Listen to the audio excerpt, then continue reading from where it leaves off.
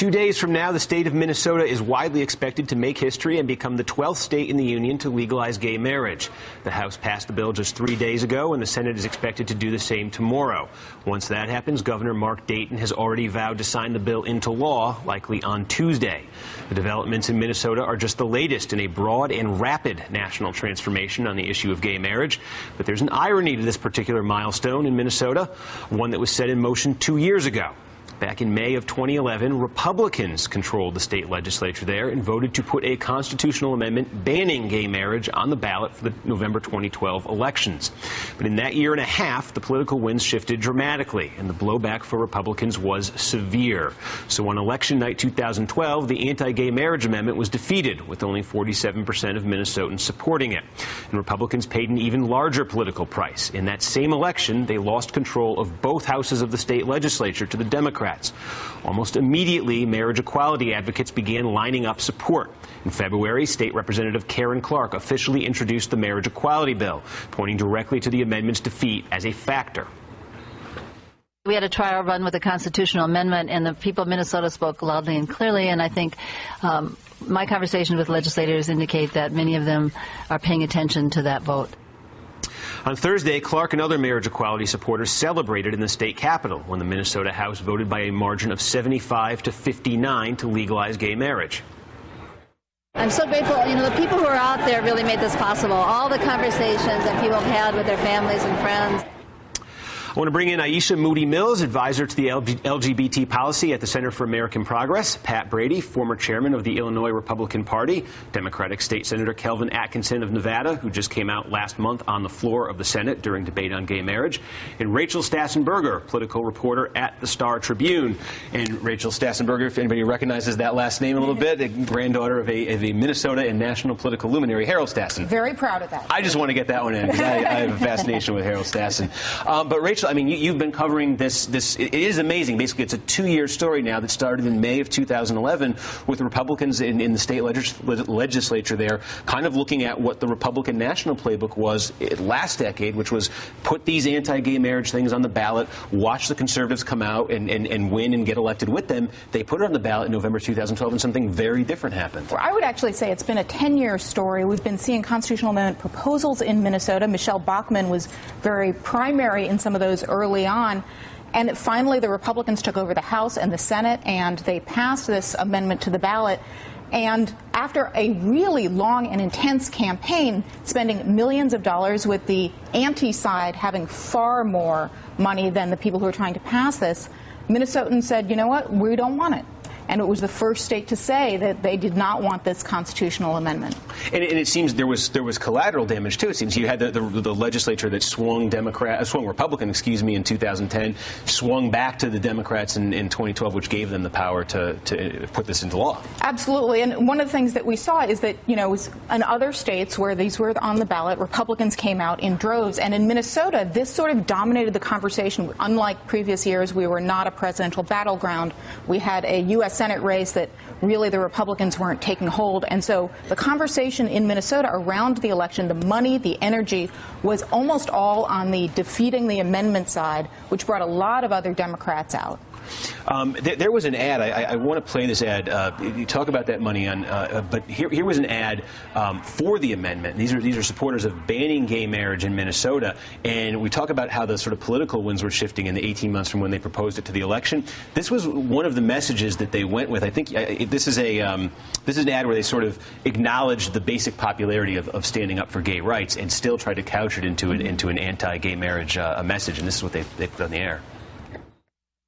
In my life, I've learned to be open and kind to all people.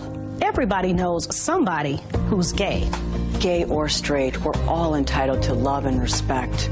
But we can support gays and lesbians without changing marriage. Marriage is still about children, having a mom and a dad. I'm voting yes on the marriage amendment. Yes to protect marriage. On Amendment 1, we're all voting yes.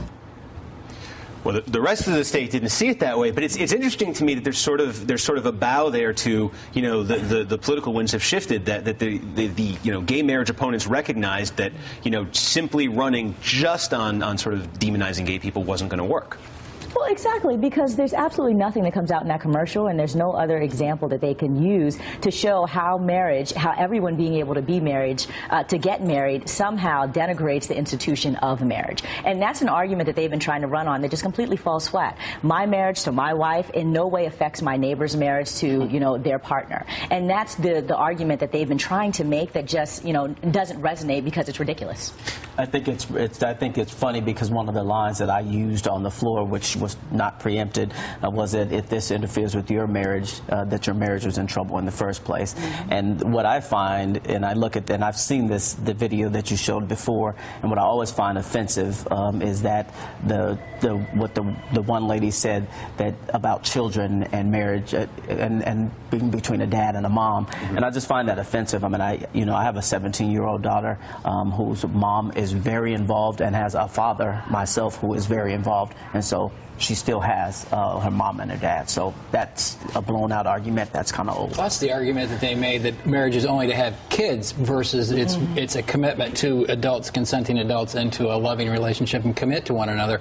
And so there were a lot of arguments about, well, they're not going to have kids, they can't get married. That makes no sense at all. But I think to some extent the people who are against the marriage amendment say, look, in Minnesota at least, we're just not ready for this. We just had this very divisive fight over this amendment, and we're not ready to legalize. Now, obviously, the Democrats in the legislature and a few Republicans in Minnesota say, yes, now is the time.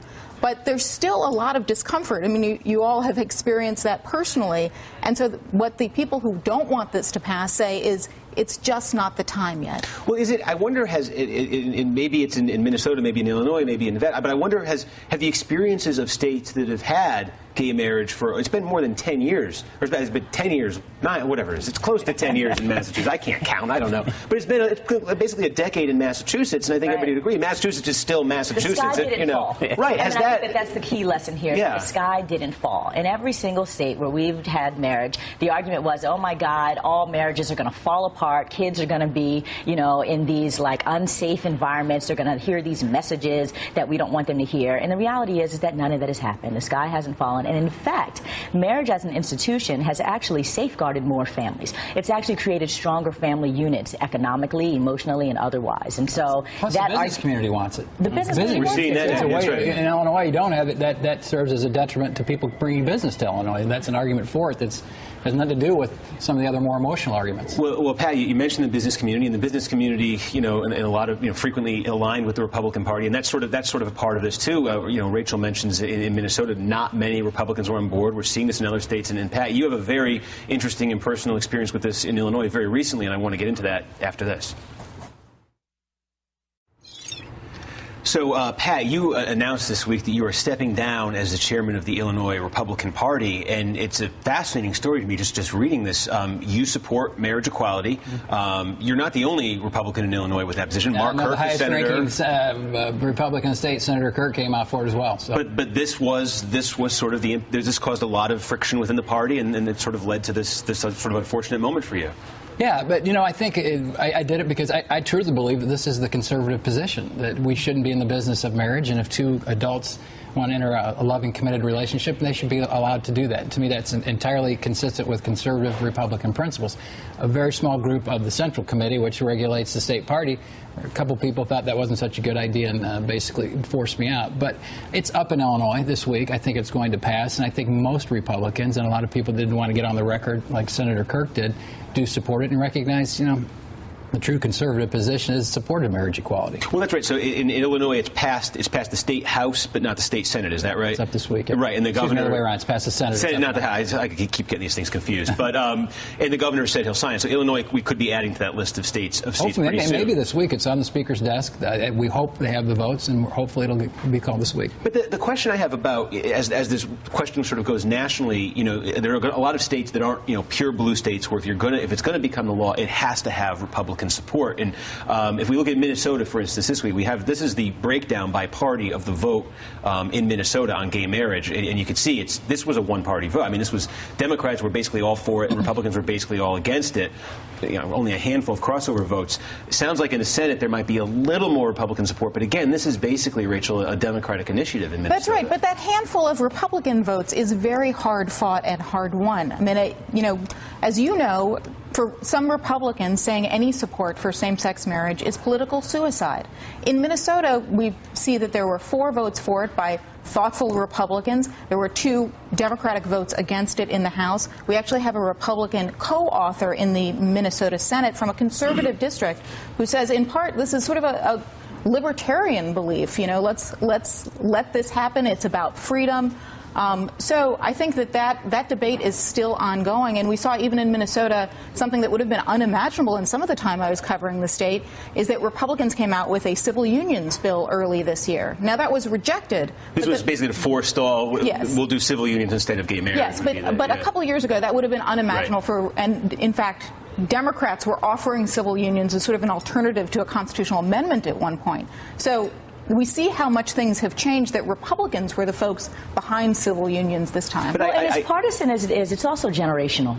And so even looking at the Republican Party, you've got like 64% of millennials who are Republicans agree with marriage equality and believe that everybody should have the freedom to marry in our country. And so I think that what we're also going to see as a tipping point over time is that as the generation that's in leadership right now in the Republican Party starts to retire, we're going to see the younger generation kind of bubble up and take more of a similar stance, saying, well, let's get back to our core values and, you know, thinking about the business argument, et cetera, and that we're going to see more of kind of an attitude of social change for LGBT people in general within the party. Yeah, the donor community, the young Republicans, and Senator Kirk, those are the groups and others in leadership that got behind me on this, and that's the future. So, although I do, the example that sort of sticks out in my mind when I think of Republicans who are being, you know, maybe have an instinct to vote for this, but then are like, well, I want to keep my seat, I don't want to lose an election. What they're worried about is the primary election. It's not really the general election, especially in these more like blue states like Illinois. I think of the example of what happened here in New York State, which passed gay marriage, I think it was two years ago now, 3 years ago,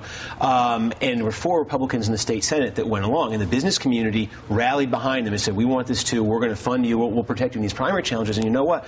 2 of them lost their primaries. So there was a consequence for the very few Republicans in New York State who came out and said, well, I'm for this. They did pay a price for it. And those were weak candidates, though. Okay. That's a good example, but it's not all. There's a lot more to that than just the gay marriage vote. So I haven't seen it yet where anybody's really paying a price. A lot of these groups are paper tigers. They're threatening our Republicans in Illinois. I'd like to see actually what happens. But what's the culture like so we think of, you know, Illinois, you know, Mark Kirk, moderate Republican senator, and Big Jim Thompson, moderate Republican governor, Jim Edgar. You guys have a moderate Republican tradition, but is there a growing the movement that pushed you out? Are conservatives a lot more powerful now than they were, you know, a decade ago? Let's go back even further. We're the land of Lincoln. I mean, we're an abolitionist party. We ran on the principles, equality of application of law for everybody. So I think what Mark Kirk has done is taken the party back to its roots, and we believe in equality under the law. And if we stay with that, we do pretty well. And what about like Minnesota, Rachel? Because again, I think this is one where people look at a blue state. I think the last time it voted Republican in a presidential election was Nixon. He had Mondale in '84, so that made it a little easier that year. But people look at it as a blue state from the outside, and yet I always remind people this is a state that also produced Michelle Bachmann, Rod Grams. There is a very conservative Christian element to the Republican Party in Minnesota that maybe keeps Republicans from voting with the overall state preference. I think that's true, and I think that it's way too simplistic to look at us as just a blue state. You know, Governor Mark Dayton, the current Democratic governor, is the first in basically a generation from the Democratic Party. So it's not pure blue. The other thing to look at, particularly as you're looking at Republicans, if you think about the members of the House who voted for same-sex marriage, 2 of those Republicans come from kind of swing districts. Their districts on the constitutional amendment said no. By fairly wide margins. So it's not just pure Republican or conservatives. And again, as you mentioned, you know, it's a question of the endorsement, it's a question of the primary. The general electorate may be quite different. We have a map I want to show. It's going to take a minute to explain, but I think it shows something interesting about the future of gay marriage in this country. We'll do that when we come back. So Minnesota is about to be the 12th state with gay marriage. Illinois, we said, seems to be on track, you know, to potentially become the 13th. But I think I want to just look at the map of the whole country here, because I think it reveals something interesting. Now, this takes a minute of explanation. There are like 23 different things going on here, but the blue states right there, these are states where gay marriage is legal, or with the star in Minnesota about to be legal. The green, that's Illinois and New Jersey. These are states with civil union laws on the book, and again, Illinois could soon be switching to blue. the states that are striped, that have that like gold stripe in them, they have constitutional amendments that have outlawed gay marriage, but they also have civil unions. And so what you're seeing in those states is you have a plausible pathway in the foreseeable future to getting to gay marriage in those states. The red states are states where it's either just banned by constitutional amendment or just banned by statute. And New Mexico's great because nothing at all has happened there. So, but when you put that all together, I think if you put those striped states and you turn them blue, if you turn those green states and you turn them blue, you basically have the red state, blue state map that we see every presidential election. You have the red state, blue state divide. And so I wonder if, we talk about all the progress in gay marriage, but are we going to hit sort of a stalling point here where this becomes, if you're in a blue state, if you're in Massachusetts, if you're in Oregon, whatever, you have gay marriage, and if you're in Mississippi, if you're in Arkansas, tough luck. Is that what we're on course for, at least for the foreseeable future? I think that map, just like, as you said, the presidential map, I think that it will evolve as well. And I think as states around those states become a lot more progressive in this issue, and they have been, as you mentioned, even Nevada, where we approved domestic partners a session ago, and now just this year, is looking at we voted in the Senate with the constitutional amendment to legalize, or at least send it to the voters so that they can weigh in on the issue of gay marriage in our state. And I think you're gonna see that, and I think you'll see a map that is evolving, as some others said about the issues, and all of the issues becoming a lot more moderate issues, and allowing people to do and make the decisions they want. If it doesn't evolve nationally, electorally for Republicans, we're going to have a problem, because the growing group is the young people, and if we are going to keep it like that, then we're going to have a tough time winning nationally. And we have to underscore the rapid momentum that we're seeing, though. I mean, if Minnesota passes the freedom to marry tomorrow, that's going to be the third state within as many weeks. I mean, like, we're seeing really rapid progress. 6 in the last year? 6 in the last year, in the last year. And in June, we're going to get some kind of ruling on California. So California, those stripes might go away, and it might turn back to being blue. So, it's really interesting, the progress that we're making, but how quickly things are shifting, and how quickly things are shifting for conservatives too. I mean, for the Supreme Court cases, you had like over 130 conservatives sign on to amicus briefs saying, like, we support the freedom to marry. You guys should like do the right thing, and you should also strike down the Defense of Marriage Act. And so we're seeing a lot of momentum, and I think that that's a really fantastic thing for us. What happens in Texas? That great liberal Dick Cheney was on that. That great liberal Dick Cheney, yeah, exactly. But that's what it takes, though. I mean, I've heard some Republican. I mean, there's the Dick Cheney example, and he's got the family reason, I guess. But I've seen a lot of the Republicans who've spoken up for this. Mark Kirk comes from a blue state. There was just a Republican Senate primary in Massachusetts where gay marriage has been on the books for a decade now, and even sort of the most conservative candidate in that said, yeah, I want to repeal the Defense of Marriage Act. So I see it happening in the blue states, but when are we going to have because it seems like an essential ingredient, the evangelical Christian from Mississippi or from Kansas or from Alabama saying we need this too. That's the thing I guess I have a harder time seeing right now.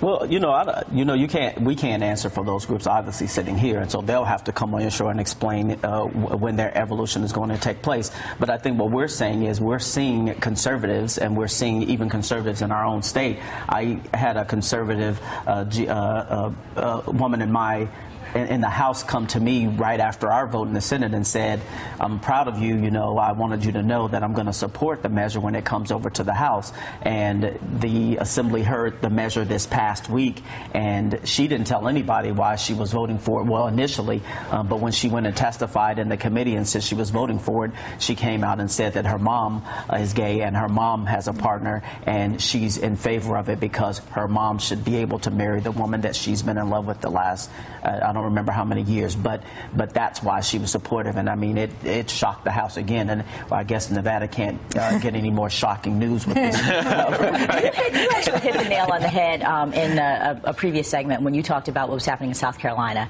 and you drew kind of the race analogy and saying, like, what, these conservative states have a real big issue that certainly is not about gay rights. It's not about like marriage equality. It way precedes that. I mean, they still have issues around race. They have issues around the religious right kind of co-opting their values. That is a whole other political conundrum that we need to be vigilant about dealing with. And the gay community is really in lockstep and in partnership with all all of our other progressive allies who are working in those states to make sure that we are trying to move the ball forward in terms of the political process in general, as opposed to, you know, regressing like they're doing around voting rights and other things. So we're working and we're paying attention and we're supporting all of those fights because all of them, you know, ultimately matter to us as well. Well, think about the way they did it. Pat, I want to hear it after this. Sure. All right, Pat, I rudely cut you off. You were going to say. Not at all. She was laying out the bigger, broader discrimination piece in the work that she does. But the brilliance here of the pro-marriage equality people is they didn't put it as a discrimination issue. They put it as a commitment and a love issue and an economic issue. And that's where you get people like me more than just calling it discrimination, which it likely is the last form of condoned discrimination. But the point is they made the argument wisely on other grounds, and that's why I think you're seeing so much momentum so quickly. But I also think you need to look at when we talk about the marriage and marriage being the bond of family and all these sorts of things. I mean, you look at a state like mine, we were talking about business earlier, and that business as far as marriage, because we marry the most folks of anybody, but it is heterosexual couples.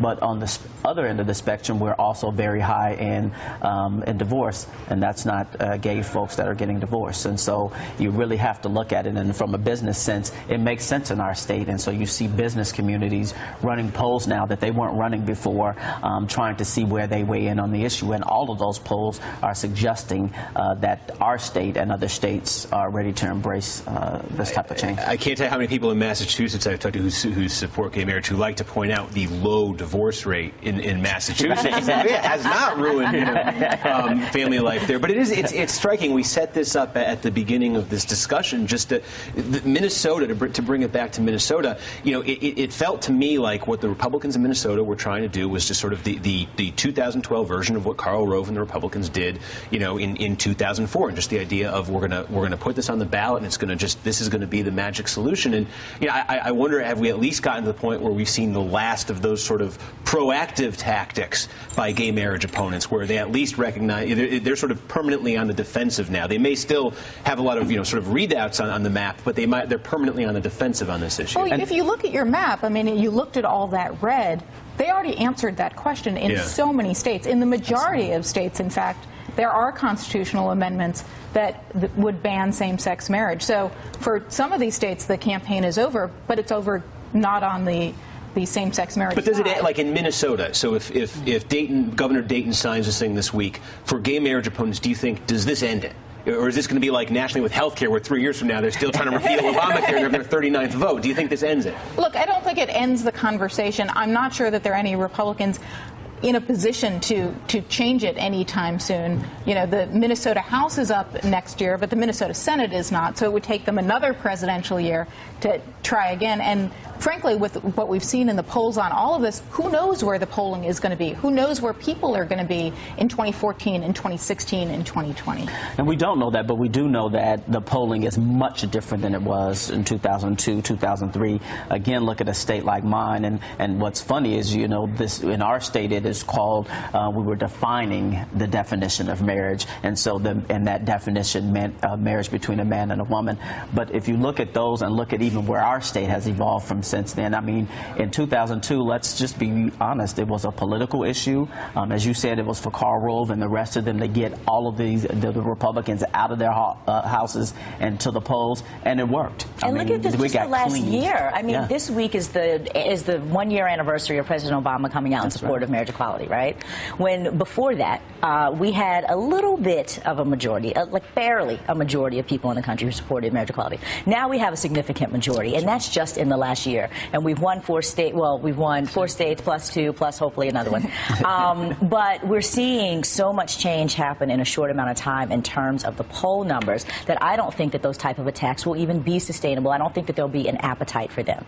It would be a really bad development for conservatives or Republicans if someone's leading the charge on this and not focusing on the issues which people agree, fiscal, economic, and where I'm from, you know, public safety issues. Those are our bread, butter, winter issues. If somebody went into that kind of fight just on that issue, I think it would be bad for the party, bad for the brand.